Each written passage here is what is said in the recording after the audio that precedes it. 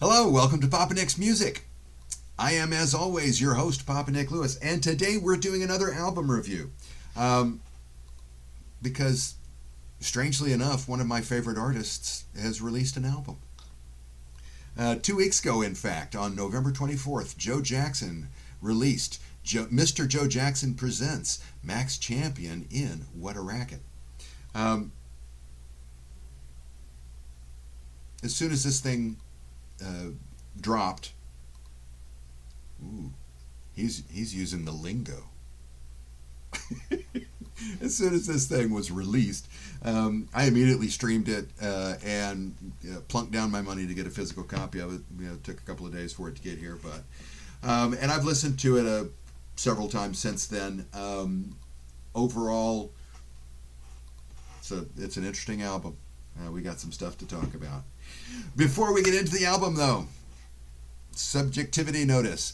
I shouldn't have to do this because it's obviously a review, so it's obviously this is what I think about the album. But you never know. So, the nature of aesthetic appreciation is inherently subjective. There's no such thing as objectively good or objectively bad art. There's only art that I like and art that I don't. And as long as we keep that in mind, this is a wonderful conversation. It's entertaining. It's informative. It's win-win. It only goes off the rails when somebody in the conversation starts thinking in terms of being right. So let's not do that. This is my sense of the album. Take it with a grain of salt. Your mileage may vary. Okay? Now, one of the things I like about Joe Jackson is that he's not afraid to change it up, to do something different, to go off in a different direction, to turn left when everybody else is turning right. He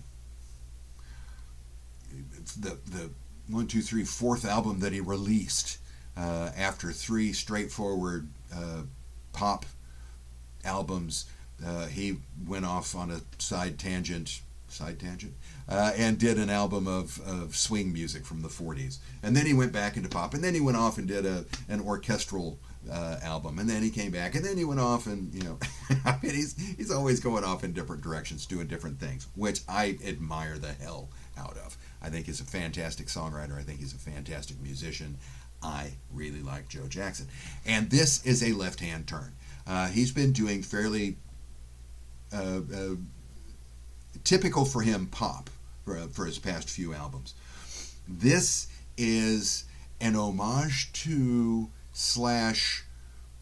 spoof of music hall music from the early 20th century, 1910, 1920, that neighborhood.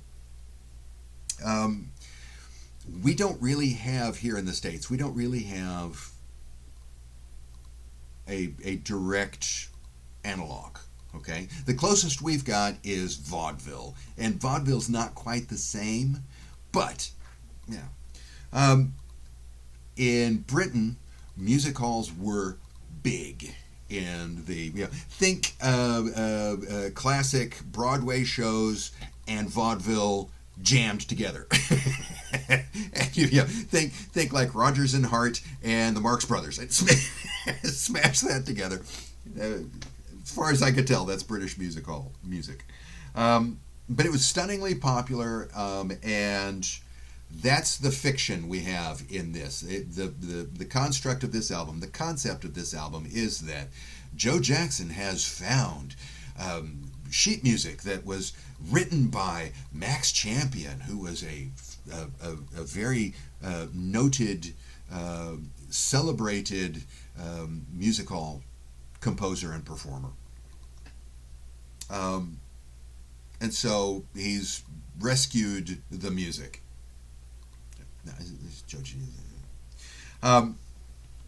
So I'm going to start by saying, if the thought of listening to quasi-vaudeville music makes you want to just throw yourself off a bus, then you probably don't want to listen to this. But if you like music in all of its many forms, buckle up. This is a fun ride. The opening track is a song called Why, which is the overture that opens the performance. And it has a deliberate pace to it. It starts out boom, crash, boom, crash, boom, crash, boom, crash, and keeps on that boom crash path for quite a while.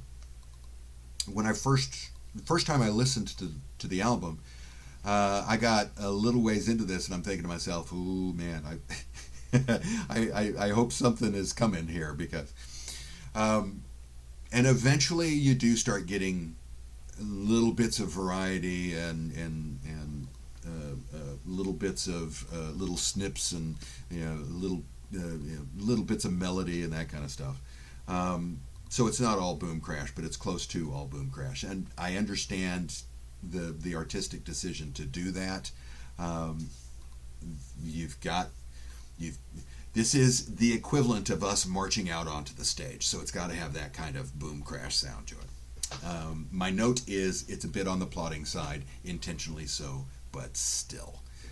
So it's a bit on the plodding side. Give it a chance before you give up on it.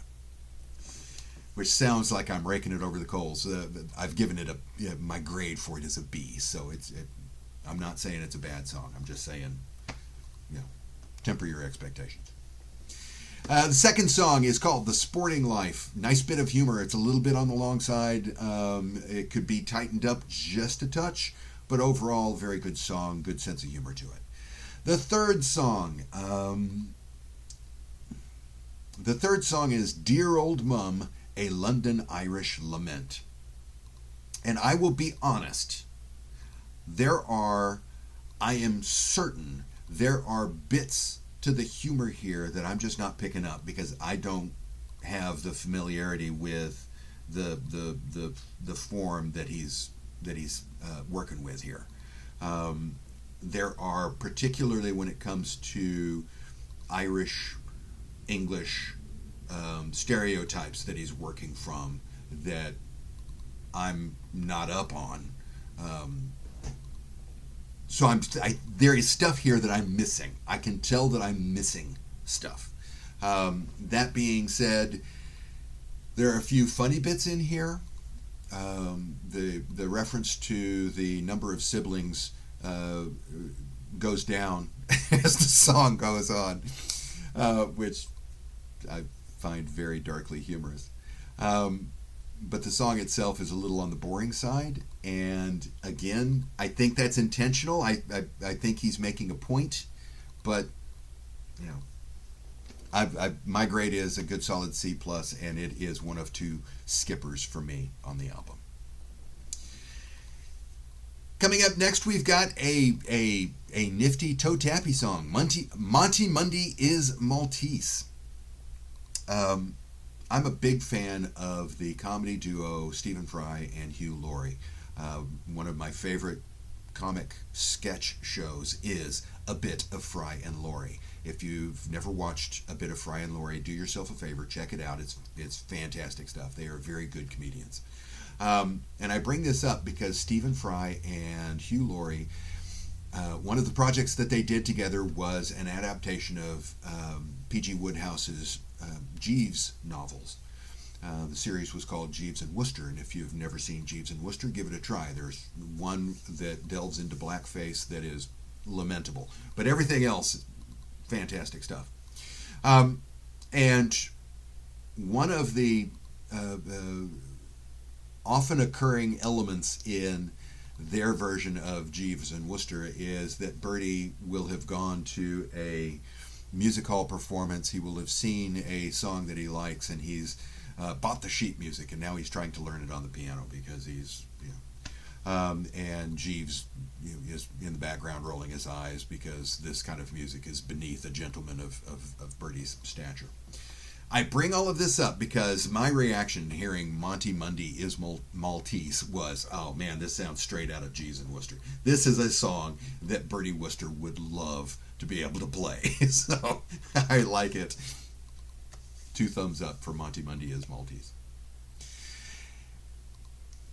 And then we have the closing song on side 1, the last song of Act the First, or Part the First, excuse me, which is The Shades of Night, which starts off as a nice evening is falling, oh, isn't the town lovely? And then very quickly segues into, yeah, evening is falling, and that just means when I look in your windows, it's easier for me to see what's going on in your house.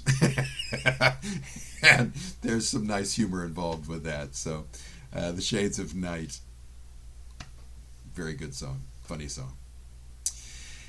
The next song begins part the second, which I assume is the second side of the record. I mean, I've got it on CD, so. And that is the title track, What a Racket. It's a very bouncy song. I like it. It's not bouncy like Why, which was boom, crash. It's got a little bit quicker tempo to it. It's just right? I mean, it's a bouncy song. And I like bouncy songs, so thumbs up there. The only problem I have with it, and this is a problem that is specific to me, nobody else on the face of this planet is going to have this problem. But if I don't mention it, my head's going to explode. In order to create a rhyme in the chorus, what a racket, I can't hack it. I'm abridging the lines. He rhymes racket with hacket, and hacket as a phrase to mean I cannot endure this, I cannot handle this, is a relatively recent construction. It was not around in the 1920s, the 1910s, when this was supposed to have been written. So we've got an anachronism there that bugs me. So if we take that out and I just kind of grit my teeth and get over it, it's a nifty song, very bouncy, very nifty. I like What a Racket. Coming up next, we have The Bishop and the Actress. Wink, wink, nudge, nudge. We got double entendre. But it's interesting because we also have commentary about songs that have double entendre. Layers and layers. I'm going to talk more about this here in a little bit. But I like The Bishop and the Actress. There's interesting stuff going on here with the lyrics. Pay attention to those lyrics. Don't just write them off as double entendre. After The Bishop and the Actress, we have the other song on this album that I think of as a skipper. Think of the Show, A Thespian's Lament. I don't think it's a coincidence that the two songs that I'm really ambivalent towards, to the point where I don't think I will ever listen to them again, are both laments. The thing about Think of the Show that gives it, my grade for Dear Old Mum was C+. And I'm giving it the plus to be generous because I really like Joe Jackson. My grade for Think of the Show is B-/C+. There are things here to admire. It's not so much that it's not something that I admire so much that I'm going to have repeated listenings of the song. But here it's the tongue-twisting nature of the lyrics. We've got a shit ton of words in this thing, and he is going through them at 90 miles an hour. It's impressive that he's able to get it all out. It would be an impressive song to see him perform live. It would be a song that I would think twice before including in a live set list, because it would be a challenge to get through. But apart from that technical accomplishment, song itself. But the next song, Never So Nice in the Morning. I like Never So Nice in the Morning. We've got a contrast here. The verses are a bit on the plotty side, but the chorus is bright and bouncy, for the lack of a better word. It's even in my note. The chorus is bouncy fun. I can't stop using this stupid word. There's something there. The verses are I have to get up to go to work, and I hate having to get up to work. And then the chorus is, I'm never nice in the morning. Don't commit me with your morning nonsense, right? They aren't substantially different in terms of subject matter, but the shift from oh, this is what I hate about being in about the morning, to I'm not a morning person, is the shift from what he's going through with how he feels about it. What he's going through sucks. How he feels about it, he's okay with. And I like that. I like the fact that the music is underscoring the lyrics in a clever way, and it's also a music hall pastiche. So Never So Nice in the Morning. The more I listen to it, the more I like it. The more I think it's one of the better songs on the album. Excuse me. Coming up next, we have Health and Safety. Joe has released 2 songs off of this as singles. Health and Safety was the first. What a Racket was the second. In all of his publicity marketing that he's been doing, interviews and such that I've managed to see, he keeps, he's hammering on the construct here that this is, oh, I didn't write these songs. Max Champion wrote these songs. I just found them, right? And he's really playing up that, and I don't blame him. Go for it. It's a nifty idea. It's no criticism here when I say that.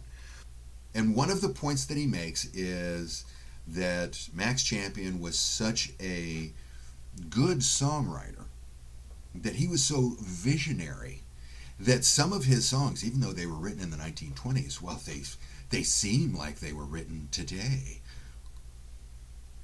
And Health and Safety is is I think the reason why he keeps doing that. It was the song that he released as a single. Health and safety is an issue today. It was not an issue in the 1920s. And it's that phrase, health and safety, is a British issue today. We have, workplace safety. We don't automatically think health and safety. That's not a phrase, as far as I know. That's not a phrase here the way it is in Britain. And so this song, this is a music hall song. The construct of the song is that this is an army marching song. Think, Long Way to Tipperary, that kind of thing, right? We're in the army. We're just, good blokes, and I've got a friend, and my friend Pete, and it's that kind of army song.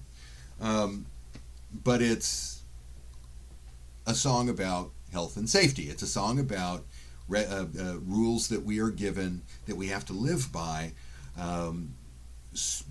to obviate, to mitigate negative circumstances, right? Put down the pint, stub the gasper out, right? It's a song about how you can make all your health and safety rules that you want to, but it's plain folks that end up paying for this stuff, right? It's the working man who gets it in the neck every time. Or I'm not going to get the actual line right, which is a very modern satire. When I was listening to this song, that I realized he's doing that throughout this album. He's using the music hall construct to make sarcastic comments about modern life. He's doing it as if Max Champion is talking about his modern life. Yeah. We got a bunch of different levels that you can see as you're going through this. Paying attention to the lyrics, you can see we're talking about the 1920s. We're also talking about the 2020s. Health and safety, to a certain extent, was, for me, the Rosetta Stone of understanding this album. That being said, I don't think it's all that great of a song. It's an important song for understanding the viewpoint of the album. B minus. And then we close with Worst Things Happen at Sea. Excuse me. Worst Things Happen at Sea is the dad song on the album. Dear Old Mum way back there in part the first that is my first skipper. That's the mum song. Well, this is the dad song. I was complaining to my dad, but my dad, who is an old sailor, told me, as all old sailors know, worse things happen at sea. Don't, no matter how bad you think you've got it, somebody's got it worse, right? It's very much that kind of a song. And the song itself is a little bit, the lyric is a little bit more entertaining than the mum song. It's also got some nice touches of humor. There is the intersection between verse and chorus. To get from verse to chorus, we have a oh, and then we get into the chorus, right? And as the song proceeds, that O stretches out longer and longer and longer, which is a nice comic touch. Give it a good solid B, and when I average all of those grades together, this album gets a good solid B. But I'm actually going to pump it up a bit. I think this is an A- to B+ album. There is, if you look at it at the individual song level, song by song by song, it ranges from to pretty good. I mean, that's actually a pretty good song. It's that kind of thing. No individual song just blows me away as being, oh, this is, when I make my anthology of Joe Jackson essentials for my friends to know why I love Joe Jackson, I don't know that I'm going to pick any of these songs to put on there, right? Because none of the songs stand out like that. But when you look at the whole thing, and when you go back, now that I've heard Health and Safety, I'm going to go back and I'm going to listen again, and I'm going to start seeing that we aren't talking about the Shades of Night. In the song itself, this is, I'm walking down the street and the shades of night are falling, and I can look in the window and I can see, I still got a pretty good look, right? But it's not a song just about that. I mean, it's about that. It's about that humor, the humor of that situation and that turn of phrase. The shades of night are falling, being the color of the evening is changing, and / or the shades need to be falling. You need to be drawing your shades, right? So we've got that nice interplay, and that wordplay is fun. But we've also got there is a satirical statement being made here about voyeurism, and it does not take a lot of stretching to make that apply not to 1920s but to 2020s, and that is some good quality songwriting, I think. That's some good quality satire here, I think. I don't think anybody is going to just fall in love with this because of its musical merits. I think people are going to fall in love with this because of the lyrical implications of the satire. So I do strongly recommend Mr. Joe Jackson Presents Max Champion in What a Racket. Like I said at the beginning, though, stream it before you buy it. I do recommend that as well. And that's what I think of Joe's new album. Do you have it? Have you heard it? Do you agree? Do you disagree? Drop that comment below. I love hearing from you. I hope you enjoyed the discussion today, and if you did, I'd appreciate it if you'd click the like button. While you're down there, go ahead and click the subscribe button as well. It's free. We might as well. If you do subscribe, then go ahead and click the bell for notifications. I always stumble when I try to say that, and I don't know why. There's something Freudian in that. But go ahead and click the bell as well. It matters to the YouTube folks, and I appreciate it. Thanks again for watching, and I hope that the rest of your day is harmonious. See you soon.